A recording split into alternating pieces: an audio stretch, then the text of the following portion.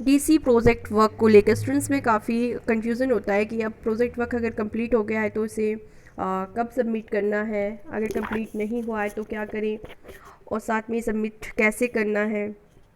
तो इन सभी डाउट्स के लिए आप इस वीडियो को देखिए और मैं आपको डिटेल में बताती हूँ कि किस तरह से आप अपने प्रोजेक्ट वर्क को सबमिट कर सकते हैं और कब सबमिट करना है। देखिए, क्लियरली आपको कहा गया है कि जब भी आपका सेशन जो भी आपका चल रहा है, तो आपको जो भी डेट्स दी हुई है, ठीक है, विद इन दैट डेट्स आप अपने प्रोजेक्ट वर्क को सबमिट कर सकते हैं, ठीक है। जैसे कि आजकल 14 फरवरी तक आपको जो दिसंबर सेशन वाले डीसी वाले हैं स्टूडेंट्स हैं, उनकी अभी फरवरी में आपकी सबमिशन के लिए डेट्स है आपकी, ठीक है। बट इन केस अगर किसी स्टूडेंट का प्रोजेक्ट वर्क कंप्लीट नहीं हुआ है, या फिर कोई स्टूडेंट्स है जो अपना किसी भी कारणवश अपना प्रोजेक्ट वर्क सबमिट करने के लिए बहुत जल्दी में है कि बस अब डेट्स नियर है तो जल्दी जल्दी हम उसको कैसे भी कंप्लीट करें, तो मैं आपको ये क्लियर कर देती हूँ कि इग्नू में ऐसा कुछ भी नहीं है। डेट्स आपकी चलेगी, हर सेशन में आपकी डेट्स आएगी प्रोजेक्ट वर्क सबमिट करने के लिए। बट अगर किसी वजह से आपकी अगर प्रोजेक्ट वर्क उस सेशन में कंप्लीट नहीं कर पाए हो आप, तो ऐसा नहीं है कि आपको जल्दी जल्दी जैसे जैसे मर्जी करके आपने प्रोजेक्ट वर्क को कंप्लीट करना और सेंड कर देना, क्योंकि प्रोजेक्ट वर्क जो है आपका रिजेक्ट भी हो जाता है, फिर आपको दोबारा से उतनी मेहनत करनी पड़ती है और प्रोजेक्ट वर्क को फिर से बनाना पड़ता है। इसीलिए इसको बड़े आराम से तसल्ली बख्श बनाना बहुत ज़रूरी है। आपको मैं ये बताती हूँ कि इग्नू ने यहाँ पर अपना क्लियरली लिखा होता है कि IGNOU gives you 4 years to complete DC. DC को आपने कंप्लीट करने के लिए 4 साल आपका टाइम होता है। So if you can not do this alternative project work just now, you can do the project work at any time with in the period of your registration. तो जो भी आपका पीरियड ऑफ रजिस्ट्रेशन है, जब आपने admission ली है, उस session से लेकर आपका 4 years आप काउंट कीजिए, ठीक है। तो उस समय तक आप अपना प्रोजेक्ट वर्क सबमिट करने के लिए एलिजिबल होते हैं। ऐसा नहीं है कि अभी आपका डेट्स निकल जाएगी तो आप फिर सबमिट नहीं कर सकते। आप प्रोजेक्ट वर्क को तसल्ली से बनाएं, अच्छे से बनाएं। अगर आपका अच्छे से बन चुका है, आपका प्रोजेक्ट वर्क कंप्लीट है, तो आप टाइमली सबमिट कर दीजिए, ठीक है। जैसे कि दिसंबर सेशन वाले बच्चे भी सबमिट करेंगे प्रोजेक्ट वर्क। बट अगर इन केस आप नहीं कर पाए हो, बना पाए हो, आप पहले अपनी स्टडी में रहे या किसी और कारणवश आप नहीं बना पाए, तो आपके पास काफ़ी टाइम होता है, आप तसल्ली से बनाएं। और नेक्स्ट जो भी सेशन, जब भी जैसे जून सेशन के लिए फिर से प्रोजेक्ट वर्क के डेट्स निकलेंगी, तो उस समय भी आप सबमिट कर सकते हैं। तो आई थिंक अब आपको ये क्लियर है कि इतनी ज़्यादा जो है आपको टेंशन नहीं लेने का है इसके लिए, और आराम से आप इसको सबमिट कर सकते हैं, ठीक है। इसमें एक बात और भी लिखी है, if pre school reopen later, you can do the project work as described in the project manual in pre schools for 30 working days as had been usually practice till now. तो अगर प्री स्कूल्स आपके reopen हो जाते हैं, तो जैसे बाद में रीओपन हो जाते हैं और होते भी हैं, बीच में स्टार्ट्स हो रहे हैं स्कूल्स, तो आप अगर उस समय प्रोजेक्ट वर्क्स बना रहे हैं, तो आपको कुछ भी आपको सब कुछ वैसे ही बनाना है जैसे प्रोजेक्ट मैनुअल में आपके दिए गया है। 30 वर्किंग डेज में आपने बनाना है, ठीक है। जैसे कि आज तक प्रोजेक्ट वर्क्स बनते आए, तो ये काफ़ी सिंपल होता है। जब स्कूल्स ओपन होते हैं तो आप उसको फिर तो आप ऐसा ही कर सकते हो कि जब आपके स्कूल्स ओपन है तभी आप प्रोजेक्ट वर्क कंप्लीट कीजिए और उसको तभी सबमिट कीजिए, सबसे बेस्ट रहता है ये, ठीक है। तो ये हो गया आपका कि प्रोजेक्ट वर्क आपने कब सबमिट करना है, ठीक है। तो नेक्स्ट आपका है कि प्रोजेक्ट वर्क को कैसे सबमिट करना है। ऐसा कुछ नहीं है, आप प्रोजेक्ट वर्क को सॉफ्ट कॉपी और हार्ड कॉपी दोनों मोड से आप सबमिट कर सकते हैं, ठीक है। अगर आपको अपने प्रोजेक्ट वर्क को आपने जो है सॉफ्ट कॉपी भेजनी है, तो आप इसके इग्नू के वेबसाइट पे जा सकते हैं, ठीक है। ऑफिशियल वेबसाइट पे जा सकते हैं, पोर्टल में, और वहाँ पर इसको अपलोड कर सकते हैं। बट किसी को ये काम नहीं आता है तो आपको कोई भी टेंशन लेना नहीं है। आपने क्या करना है, इसकी जो भी आपकी फ़ाइल है उसको अच्छे से अपने एनवलप में पैक करना है, ठीक है। आपने अच्छा सा एनवलप लेना है, उसमें अपना पूरा प्रोजेक्ट फाइल को विद अनेक्स्टर्स, अपने अनेक्स्टर्स अच्छे से लगा के, अपने रोल नंबर वगैरह फ्रंट पेज लगा के, फाइल पूरी कंप्लीट करके, और अनेक्स्टर सिग्नेचर करा के, और वीडियोस के लिंक उसमें लिख के प्रॉपरली आप इस एड्रेस पे जो है, जो ये एड्रेस दिया है, इस पर आप उसको हार्ड कॉपी भी भेज सकते हैं। Assistant registrar, student evolution division, block 3, room 19, IGNOU, मैदान गरी, न्यू दिल्ली, ठीक है, 110068। इस पे आप लिख के अपना भी एड्रेस फॉर्म करके, अपना नाम और अपना एड्रेस पूरा लिख के आप इसमें भेज सकते हैं। कोई भी प्रॉब्लम नहीं होगी, आपका अच्छे से वो चेक हो जाएगा। सिर्फ ये होता है कि पोर्टल पे अगर आप सॉफ्ट कॉपी अपलोड करते हैं तो ये थोड़ा प्रोसेस थोड़ा जल्दी हो जाता है। आपको पता है ऑनलाइन चेक करना ज़्यादा ईजियर रहता है, बट ऐसा कुछ नहीं है, आप इसको हार्ड कॉपी भी भेज सकते हैं। मैं तो आपको प्रेफर करूँगी कि आप इसकी हार्ड कॉपी भेज दीजिए, ठीक है। तो ये नेक्स्ट चीज़ आपकी जो है, दो चीज़ें आपकी क्लियर हो गई है। अभी नेक्स्टस का भी देख लेते हैं। नेक्स्टस का मैं फिर से आपको बताती हूँ। तो इसमें नेक्स्टस रिवाइज नेक्स्टस A1 का है, ठीक है, A1। तो इसमें आपका सेल्फ सर्टिफिकेशन है, इसमें आपने अपना बताना है सारा का सारा, कि अपना नाम, एनरोलमेंट नंबर, ओके।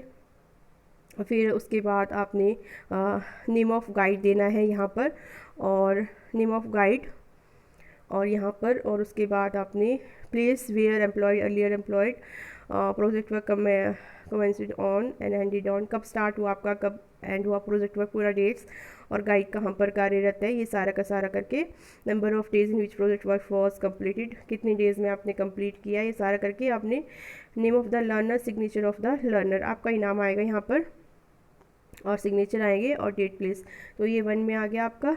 सेकंड में आपका एनेक्स्चर AB, ठीक है, एनेक्स्चर AB, इसमें आपका गाइड का, ठीक है, गिवन बाय गाइड, गाइड देगा इसमें सारा का सारा, इसमें आपके गाइड का नाम होगा, ठीक है, गाइड का नाम यहाँ पर, और यहाँ पर गाइड के नेम, फ़ोन नंबर, डिटेल्स उनका जो भी है, ईमेल नंबर, ईमेल आईडी जो भी है, और एम्प्लॉय कहाँ पर कार्यरत है वो, ठीक है, वो प्रोजेक्ट वर्क स्टार्टेड ऑन, ये भी बताएंगे कहाँ पर है, कब कंप्लीट किया है, name of the guide, signature, date place करके, ये आपका सेकंड वाला हो गया।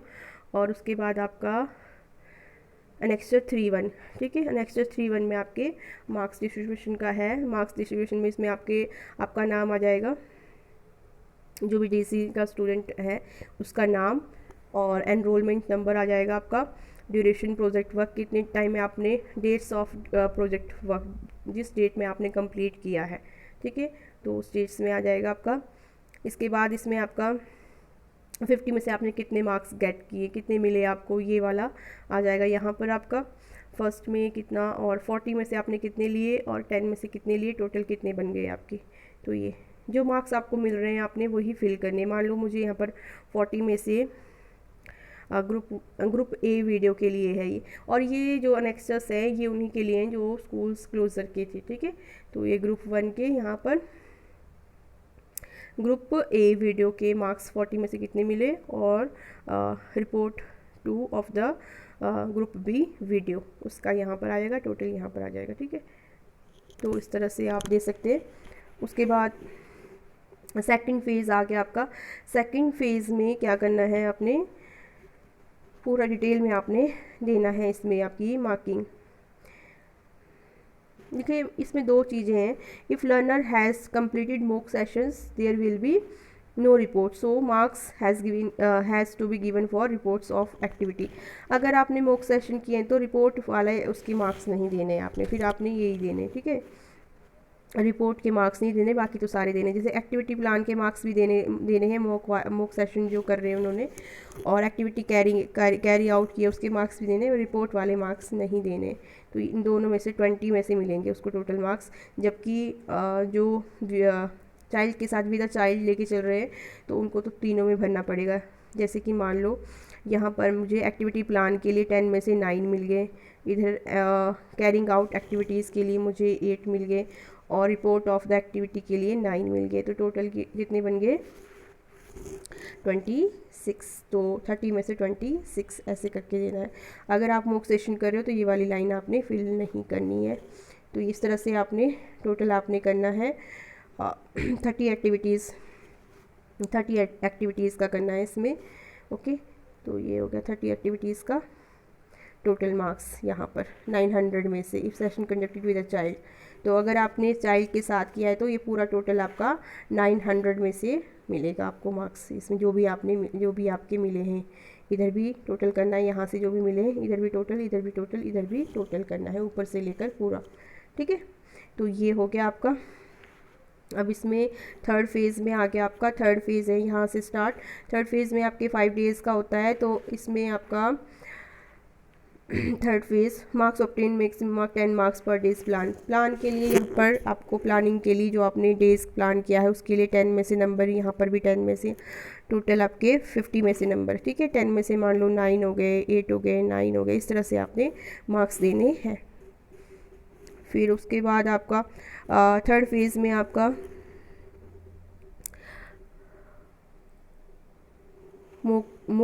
Marks obtain by the learner of the third phase, ठीक है। ये हो गया आपका, ये है if the learner has conducted mock session for activity session, ठीक है, there will be no report, no marks have to be given, ये हो गया है। अच्छा, इसमें भी रिपोर्ट्स में मार्क्स नहीं देंगे मॉक सेशन वाले, ठीक है। थर्ड फेज़ का ये हाँ, तो इसमें आपकी, जैसे कि इसमें ये चीज़ आपने ध्यान रखना है कि जो भी आपका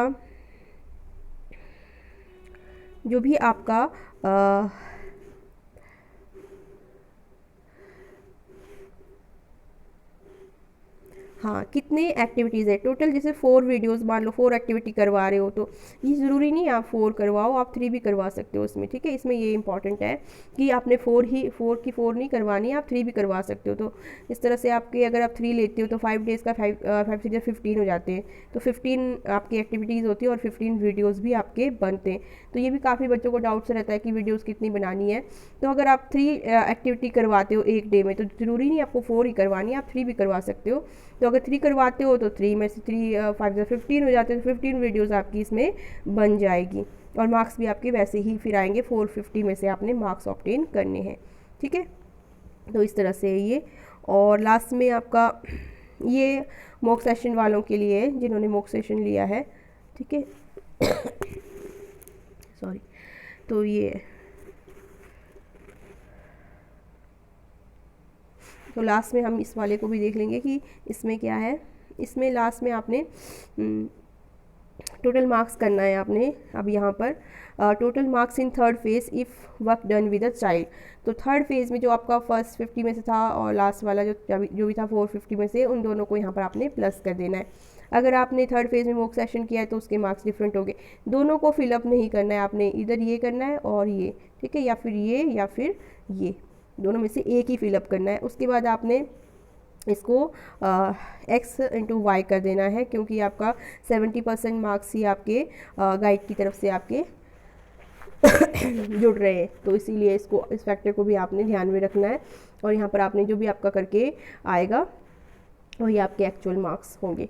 उसके बाद आपने आपको गाइड की तरफ से कुछ भी जो है आपके बारे में लिखने के लिए कहा गया है। यहाँ पर guide is requested to express into 100 400 words, कुछ लिखना है कि किस तरह से आपके साथ आपने टाइम स्पेंड किया बच्चों के साथ, और मतलब किस तरह से आपने एक्टिविटीज़ प्लान की, आपकी एक्टिविटी प्लान्स कैसी थी, बच्चों को कितना वो रहा, सब कुछ यहाँ पर लिख सकता है गाइड आपके बारे में, ठीक है। तो ये ज़रूरी है लिखना। उसके बाद नेक्स्ट लास्ट में आपका सिग्नेचर वगैरह आ जाएंगे, और लास्ट में ये 7 अनेक्स्चर है इंपॉर्टेंट, ये वाला भी भरना है। ये अबाउट द गाइड है, गाइड के बारे में आपका पूरा इसमें डिटेल भरी जाएगी। तो यही था इसमें, ठीक है। तो आई होप अब आपको क्लियर हो गया होगा प्रोजेक्ट वर्क को लेके, जो भी आपके डाउट्स थे, कुछ भी डाउट्स रह गए होंगे तो आप कमेंट कीजिए, कमेंट के आंसर मैं ज़रूर दूँगी। Thank you.